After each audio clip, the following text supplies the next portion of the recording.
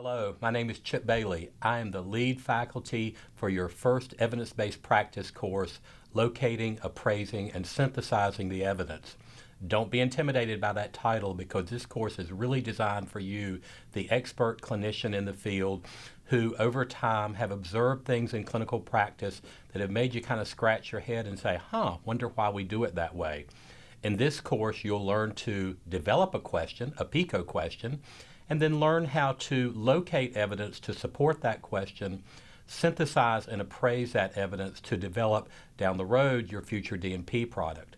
So I've told you a little bit about the course in terms of what you'll be doing. I'll tell you a little bit about the other opportunities for learning that are part of this course.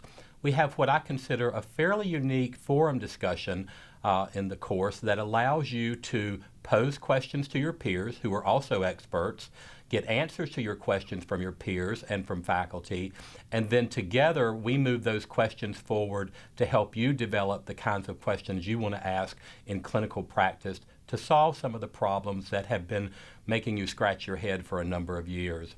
You'll find that when you get into the evidence that in many cases there will be robust evidence to solve your problem. However, there may be some areas where evidence is limited.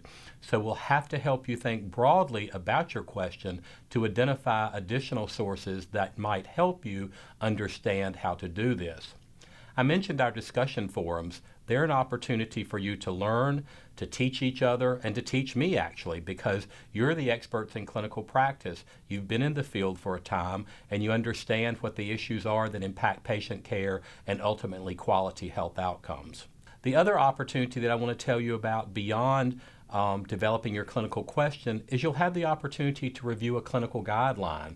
That may sound a little awkward, but many of you have probably used clinical guidelines in practice, but have you ever wondered how they were built? This little assignment at the last part of the semester will allow you to explore a clinical guideline and use a structured format to understand how that clinical guideline came to be, who the experts were that developed that guideline, and the evidence that supports the use of that guideline in practice.